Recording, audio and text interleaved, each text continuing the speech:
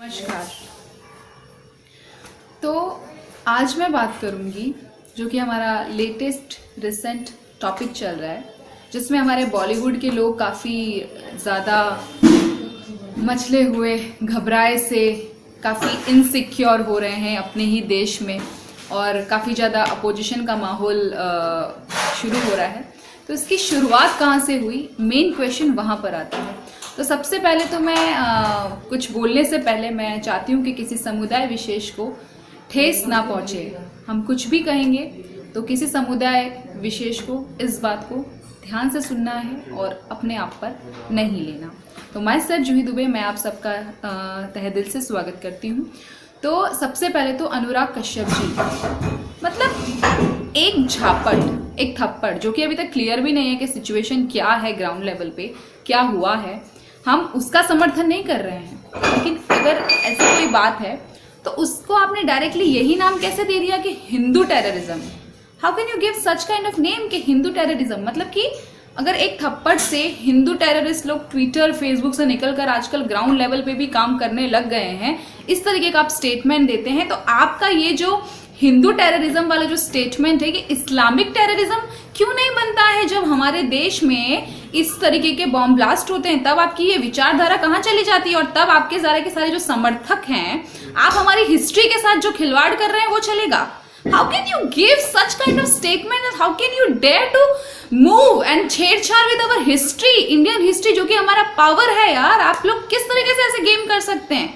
तो ये बिल्कुल भी अधिकार नहीं है आपको। हमारे देश की history, the rich cultures of India, you don't even dare to ask such kind of questions. और आप रोमांस दिखा रहे हैं। पद्मावती जी जो कि सती हो गई थी, अपने पति की लॉयल्टी के लिए सती हो गई थी, उनके साथ 200 और रानियां दहन हो गई थी।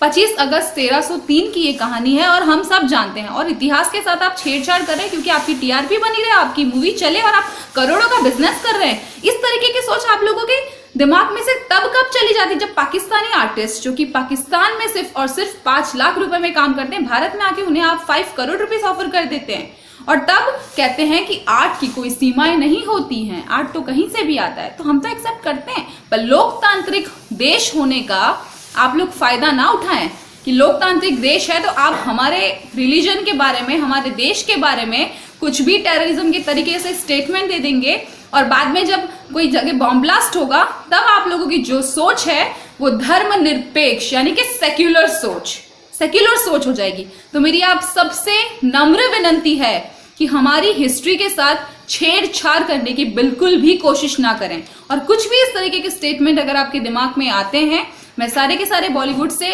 नम्र विनंती करती हूं कि don't ever dare to play with our Indian culture, our heritage, our respectful peaceful India, our history, specially our history.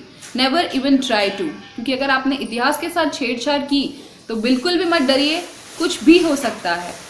तो will Sanjay Leela Bhansali will show that Khilji had an alleged homosexual affair with Kafur? No, he can't. Because you know what? Freedom of expressions में सिर्फ और सिर्फ Hindu sentiments ही hurt होते हैं, because बाकी तो हम कुछ कर नहीं सकते। Because opposition will always support. वो कहते हैं ना, मुट्ठी भर आक्रांताओं ने अनगिन अत्याचार किए, और ये बिल्कुल फिट बात है। करेंगे क्यों नहीं, जब आपके देश में ही इतने सारे लोग हैं जो कि अलग अलग तरीके से इन सिचुएशन का फ़ायदा उठा करके अपनी सत्ता पाना चाहते हो। हिंदू टेररिज्म जो वर्ड है वो सबको न्यू लगेगा, बिकॉज अभी तक किसी ने ये सुना नहीं है ना। तो ये जो आप लॉन्च कर रहे हैं सिर्फ और सिर्फ अपनी फिल्म के पहले एक पब्लिसिटी स्टंट करने के लिए, इसे बंद कीजिए। बिकॉज मैं हमेशा से कहती हुई आई हूँ, पब्लिक पागल नहीं है, जनता सब जानती है। We are public, we are power. So support our history, respect our history, respect our India. तो भारत के संविधान और भारत से बढ़कर हमारे लिए कुछ भी नहीं है, फिर चाहे वो कुछ भी हो। तो हमारा देश, देश की उन्नति और देश का संस्कार, उससे बढ़कर हमारे लिए कुछ भी नहीं है। थैंक यू वेरी मच आप सबको सुनने के लिए। भारत माता की जय, वंदे मातरम, जय हिंद।